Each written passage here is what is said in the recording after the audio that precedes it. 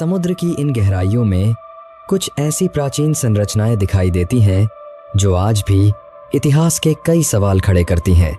क्या इन लहरों के नीचे कभी एक पूरी नगरी बसी थी? इस रहस्यमयी नगरी का नाम है द्वारका, एक ऐसी नगरी जिसे भगवान कृष्ण से जोड़ा जाता है। कथाओं के अनुसार मथुरा छोड़ने के बाद कृष्ण ने समुद्र के किनारे एक नई नगरी बसाई। यही नगरी आगे चलकर द्वारका के नाम से प्रसिद्ध हुई। कहा जाता है कि समुद्र से भूमि प्राप्त करके एक विशाल और सुरक्षित नगरी का निर्माण किया गया। चारों ओर समुद्र और उसके बीच एक भव्य नगर। द्वारका सिर्फ महलों और मंदिरों की नगरी नहीं थी। समुद्र से इसकी निकटता ने इसे व्यापार और समुद्री गतिविधियों का महत्वपूर्ण केंद्र भी बनाया। प्राचीन वर्णनों में द्वारका की भव्यता का अद्भुत वर्णन मिलता है। ऊंचे भवन, विशाल द्वार, सुंदर महल और समुद्र तक जाती हुई नगरी की सीमाएं। लेकिन द्वारका की सबसे बड़ी ताकत उसकी सबसे बड़ी कमजोरी भी थी, क्योंकि जिस समुद्र ने इसे व्यापार और समृद्धि दी थी, वही समुद्र हमेशा उसके बिल्कुल करीब था। समय बीतता गया, समुद्र की लहरें तट से टकराती रहीं, और अगर तटरेखा में बदलाव शुरू हुआ हो तो शायद द्वारका के लोगों ने भी समुद्र के बदलते स्वभाव को महसूस किया होगा। लहरों का लगातार प्रहार तटीय भूमि और निर्माणों को कमजोर कर सकता है। धीरे धीरे समुद्र और जमीन के बीच की दूरी बदलने लगी होगी। और फिर आया एक ऐसा दौर जब समुद्र सामान्य नहीं रहा।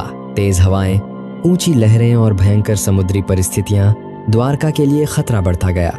विशाल लहरें शहर की बाहरी दीवारों से टकराने लगी, बंदरगाह में खड़े जहाज हिलने लगे और समुद्र लगातार आगे बढ़ता गया।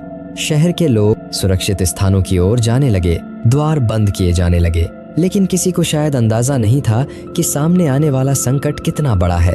धीरे धीरे पानी शहर की निचली गलियों में प्रवेश करने लगा। जिन रास्तों पर कभी लोग चलते थे, वहां अब समुद्र का पानी दिखाई देने लगा। लहरें अब उन विशाल मंदिरों और पत्थर की इमारतों तक पहुंच चुकी थीं, जो कभी द्वारका की पहचान हुआ करते थे।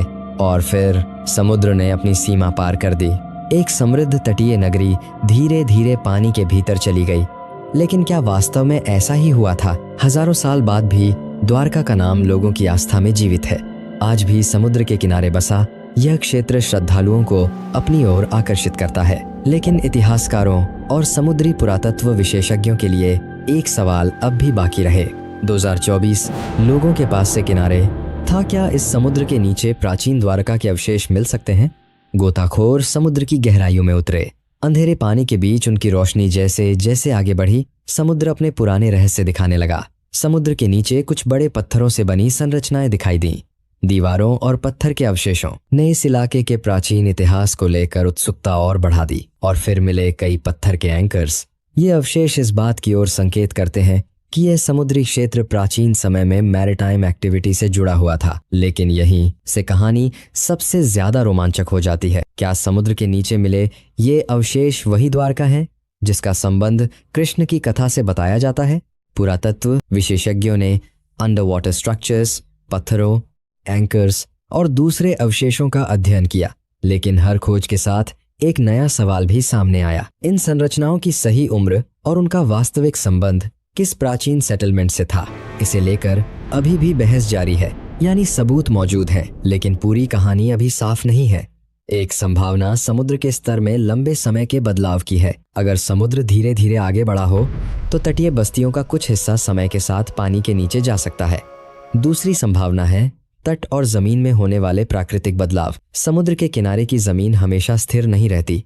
हजारों वर्षों में इसका स्वरूप काफी बदल सकता है। इसके अलावा शक्तिशाली समुद्री तूफान भी तटीय शहरों को भारी नुकसान पहुंचा सकते हैं। एक बड़ी घटना या कई घटनाओं ने मिलकर किसी प्राचीन सेटलमेंट को प्रभावित किया हो सकता है। इसलिए संभव है कि द्वारका के समुद्र में जाने के पीछे कोई एक कारण नहीं था। समुद्र का स्तर, तटीय बदलाव और प्राकृतिक समुद्री घटनाएं कई कारणों ने मिलकर ये भूमिका निभाई हो। आज समुद्र के नीचे दिखाई देने वाले अवशेष बेहद शांत हैं, लेकिन कभी यहाँ इंसानों की आवाजें, जहाजों की हलचल और एक जीवंत तटीय दुनिया रही होगी। आज उसी समुद्र के ऊपर आधुनिक दुनिया है।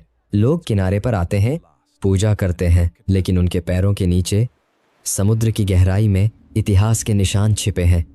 और शायद यही द्वारका की सबसे बड़ी पहेली है। समुद्र के नीचे जो दिखाई देता है वह सिर्फ पत्थर नहीं, बल्कि एक ऐसे अतीत का हिस्सा हो सकता है जिसे हम अभी पूरी तरह समझ नहीं पाए हैं। एक तरफ हजारों वर्षों से चली आ रही कृष्ण और द्वारका की परंपरा है, दूसरी तरफ समुद्र के नीचे मिले वास्तविक पुरातात्विक अवशेष, दोनों के बीच संबंध खोजने की कोशिश आज भी जारी है। लेकिन इतिहास में एक बात बेहद जरूरी है, जहां प्रमाण है वहां प्रमाणों की बात करनी चाहिए, और जहां सवाल है वहां सवालों को स्वीकार करना चाहिए, क्योंकि समुद्र के नीचे अभी भी बहुत कुछ ऐसा है जिसे शायद हमने देखा ही नहीं। हो सकता है आने वाली खोजें इस कहानी का कोई नया अध्याय सामने लाए। हम समुद्र की गहराई से वापस ऊपर आते हैं, लेकिन एक सवाल हमारे साथ रह जाता है, आखिर हजारों साल पहले इस तट पर हुआ क्या था? क्या द्वारका वास्तव में समुद्र में समा गई थी? क्या इसके अवशेष आज भी समुद्र की गहराइयों में मौजूद हैं? या फिर इन पत्थरों की कहानी कुछ और है? इस सवाल का अंतिम जवाब शायद अभी भी समुद्र के पास है, और शायद द्वारका का सबसे बड़ा रहस्य अभी खुलना बाकी है।